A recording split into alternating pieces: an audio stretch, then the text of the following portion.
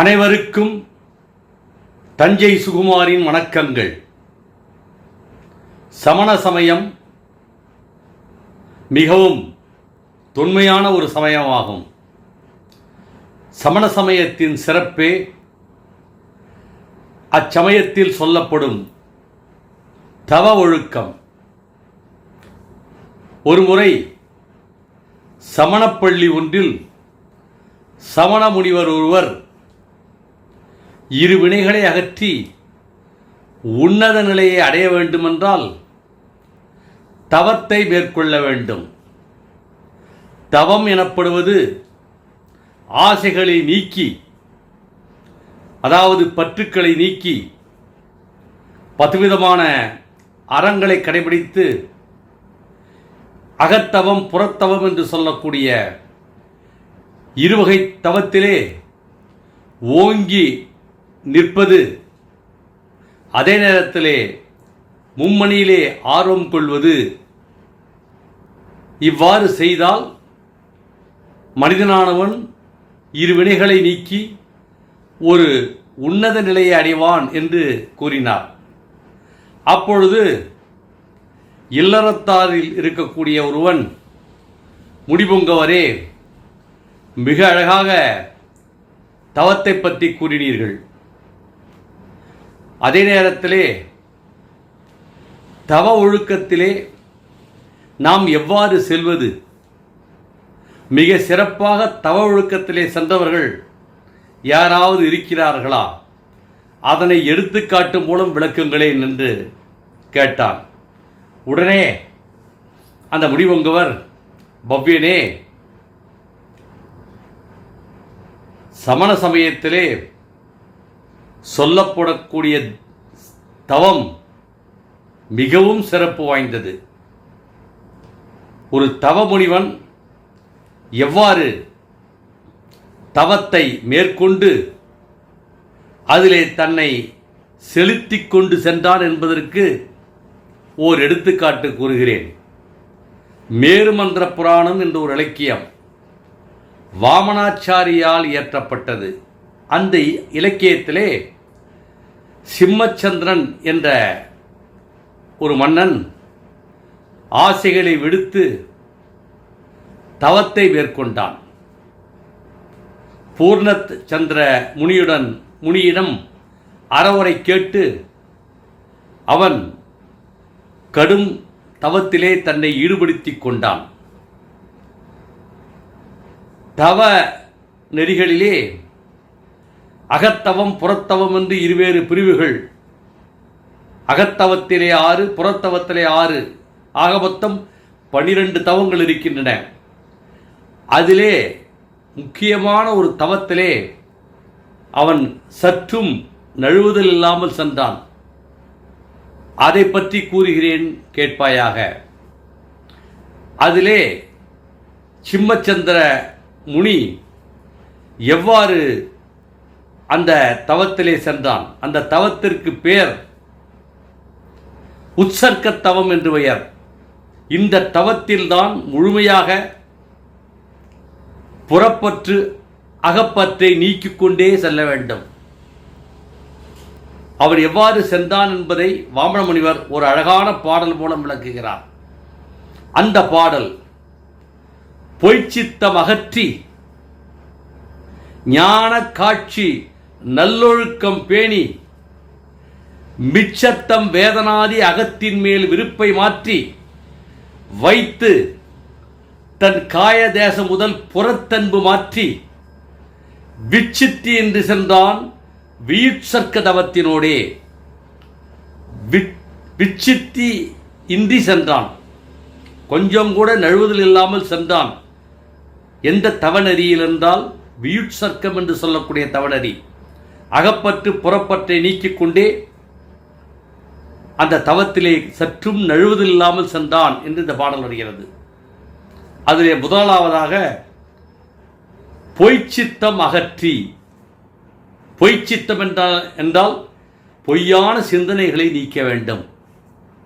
தவ ஒழுக்கத்திலே இருப்பவர்கள் பொய்யான சிந்தனைகள், அதாவது ஒரு பொருளின் தன்மையை வேறொரு பொருளின் தன்மையோடு ஏற்றி கூறுவது, உடல் வேறு உயிர் வேறு என்று உண்மை அறியாமல் இரண்டும் ஒன்றாக நினைப்பது, இதுபோன்ற தவறான சிந்தனைகள், பொய் சிந்தனைகள். அந்த பொய் சிந்தனைகளை அகற்ற வேண்டும். அதுதான் பொய்ச்சித்தம் அகற்றி ஞான காட்சி நல்லொழுக்கம் பேணி, நல்ஞானம், நற்காட்சி, நல்லொழுக்கம் இவற்றை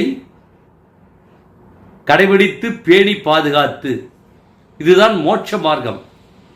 அருகவரவான அருளிய அந்த மெய்ப்பொருளை உள்ளபடியே அறிவது நல்ல ஞானம், அதிலே ஒரு தெளிவு பெறுவது நற்காட்சி. இரண்டும் ஒரு ஜீவனத்திலே பொருந்தி அதன்படி நடப்பது நல்லொழுக்கம். அந்த நல்லொழுக்கம், நற்காட்சி, நல் ஞானம் என்று சொல்லக்கூடிய அந்த மும்மணிகளை பேணி பாதுகாக்க வேண்டும். பொய்ச்சித்தம் அகற்றி ஞான காட்சி நல்லொழுக்கம் பேணி மிச்சத்தம், மிச்சத்தம் என்றால் மித்யாத்துவம், பொய் காட்சி, அதாவது பொய்யானவற்றை உண்மையை வேறு மாறி நம்புதல். மிச்சத்தம் அதையும் நீக்க வேண்டும். அதோடு வேதனாதி அகத்தின் மேல் விருப்பை மாற்றி, அதாவது பொய்ச்சித்தம் அது ஒன்று, வேதனாதி என்று சொல்லப்படுகிறது. அந்த வேதனாதி 3 வகைப்படும். அது ஆகமத்தில் எவ்வாறு சொல்வார்கள் என்றால், வேதத்ரயம், ஆசியாதி ஷட்கம், குரோதாதி சதுஷ்டகம் என்று சொல்வார்கள். அதாவது அது ஒன்றுமில்லை, வேதத்திரியம் என்றால் அதிலே 3 இருக்கிறது. பெண்ணின் மீது ஆசைப்படுதல், ஆணின் மீது ஆசைப்படுதல், ஆண் பெண் எதுவும் இல்லாமல் நடுப்பட்ட ஒரு அலியின் மீது ஆசைப்படுதல். இதுதான் வேதத்திரியம் என்று பெயர். இந்த ஆசை இருக்கக்கூடாதான். வேதனாதிக்கு முதல்ல இருப்பது வேதத்திரியம். அடுத்து ஹாஸ்யாதி 6, ஹாஸ்யாதி ஷட்கம் என்று சொல்வார்கள். அது ஒரு 6 இருக்கு. ஹாஸ்யம், ரதி, அரதி, சோகம், பயம், ஜிகுப்சை.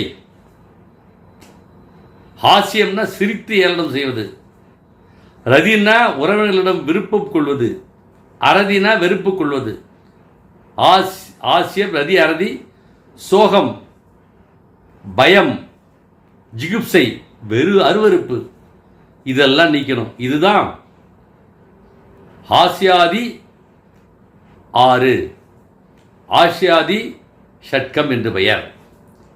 3ஆவதாக இருப்பது குரோதாதி, குரோதம், மானம், மாயை, லோபம், சினம், கர்வம், வஞ்சனை, ஆசை. இது 4 சதுஷ்டகம் என்று பெயர். அதாவது குரோதாதி சதுஷ்டகம். இது ஒட்டுமொத்த 3 சேர்ந்ததுதான் வேதனாதி. வேதனாதி எனப்படுவது வேதத்ரியம், ஹாஸ்யாதி, ஆசியம், ரதி, அரதி, சோகம், பயம், ஜிகுப்சை, குரோதாதி, குரோதம், மானம், மாயை, லோபம். வேதனாதி அகத்தின் மேல் விருப்பை மாற்றி, இதெல்லாம் ஒரு ஆசையா, மனதிலே ஏற்படக்கூடிய ஆசை, அகப்பற்று என்று பெயர். அதாவது மித்யாத்துவம் 1, வேதத்திரியம் 3, ஆசியாதி 6, குரோதாதி 4. இவை அனைத்தும் அகப்பற்றுக்கள் என்று பெயர். இந்த அகப்பற்றுக்களை அறவே நீக்க வேண்டும். பொய்ச்சித்தம் அகற்றி ஞானக்காட்சி நல்லொழுக்கம் பேணி மிச்சத்தம் வேதனாதி அகத்தின் மேல் விருப்பை மாற்றி, அந்த அகப்பற்று மேல் இருக்கக்கூடிய ஆசையை நீக்கி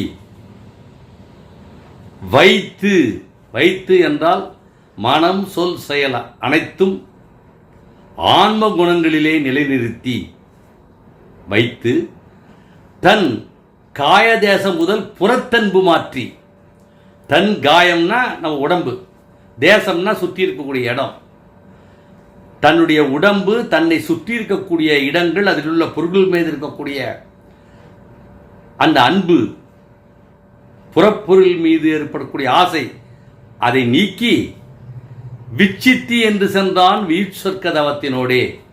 சற்றும் நழுவுதல் இல்லாமல் சென்றான் வீழ்சொற்கம் என்று சொல்லக்கூடிய அகப்பட்டு புறப்பட்டு நிற்கக்கூடிய தவத்திலே. அதாவது பொய்யான சிந்தனைகளை அகற்ற வேண்டும். நற்காட்சி, நல்ஞானம், நல்லொழுக்கம் என்று சொல்லக்கூடிய மும்மணிகளை கடைபிடித்து அதை பேணி காக்க வேண்டும். அதுதான் பொய்ச்சித்தம் அகற்றி ஞானக்காட்சி, நல்லொழுக்கம் பேணி. அதையடுத்து அகப்பற்று, மிச்சத்த மித்யாத்துவம், ஹாஸ்யம், ரதி, அரதி, சோகம், பயம், ஜிகுப்சை என்று சொல்லக்கூடிய ஹாஸ்யாதி 6, குரோதம், மானம், மாயை, லோபம் என்று சொல்லக்கூடிய குரோதாதி 4. இந்த அகப்பற்றுக்களை நீக்க வேண்டும். மனதை ஆன்ம சிந்தனையிலே வைக்க வேண்டும். இவ்வாறாக அகப்பற்று புறப்பற்றை நீக்கக்கூடிய வீழ்சொற்கம் என்ற தவத்திலே சற்றும் நழுவுதல் இல்லாமல் சென்றான் அந்த மன்னன். பொய்ச்சித்தம் அகற்றி ஞான காட்சி, நல்லொழுக்கம் பேணி மிச்சத்தம் வேதனாதி அகத்தின் மேல் விருப்பை மாற்றி வைத்து தன் காய தேச முதல் புறத்தன்பை மாற்றி விச்சித்தி என்று சென்றான் வீழ்சொற்க தவத்தினோடே என்று இந்த பாடல் வருகிறது. அந்த மாமுனி அவ்வாறு சொல்கிறார்.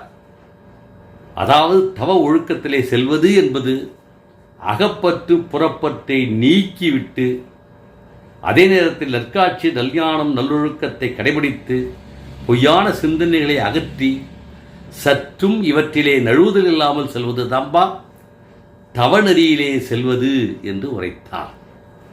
இவ்வாறாக வேறுமந்திர புராணத்திலே தவத்தை பற்றி, இன்னும் சொல்லப்போனால் சமண சமயத்தினுடைய தவத்தை பற்றி மிக சிறப்பாக சொல்லப்பட்டிருக்கிறது. எனவே அனைவரும் வேறுமந்திர புராணத்தை ஆழ்ந்து படிக்க வேண்டும். அன்புடன் தஞ்சை சுகுமார்.